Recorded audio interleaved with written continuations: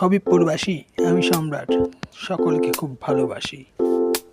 हबीबपुर एक सुंदर जगह, एक सुंदर गांव का माहौल। खेत खालियां में किसान करते काम,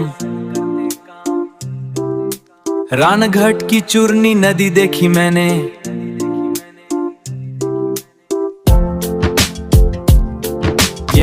शहर की भाग दौड़ी से दूर दोस्त के घर एक अलग ही नजारा देखा।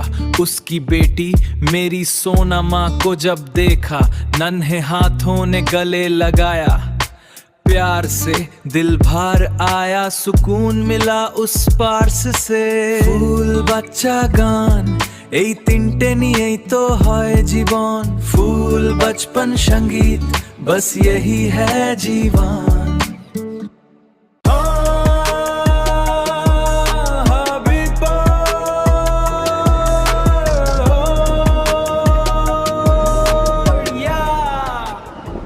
তন্ময় আমার বন্ধু, তন্ময়দের বাড়িও যাওয়া হলো, ফিরে আসার পথেও সেই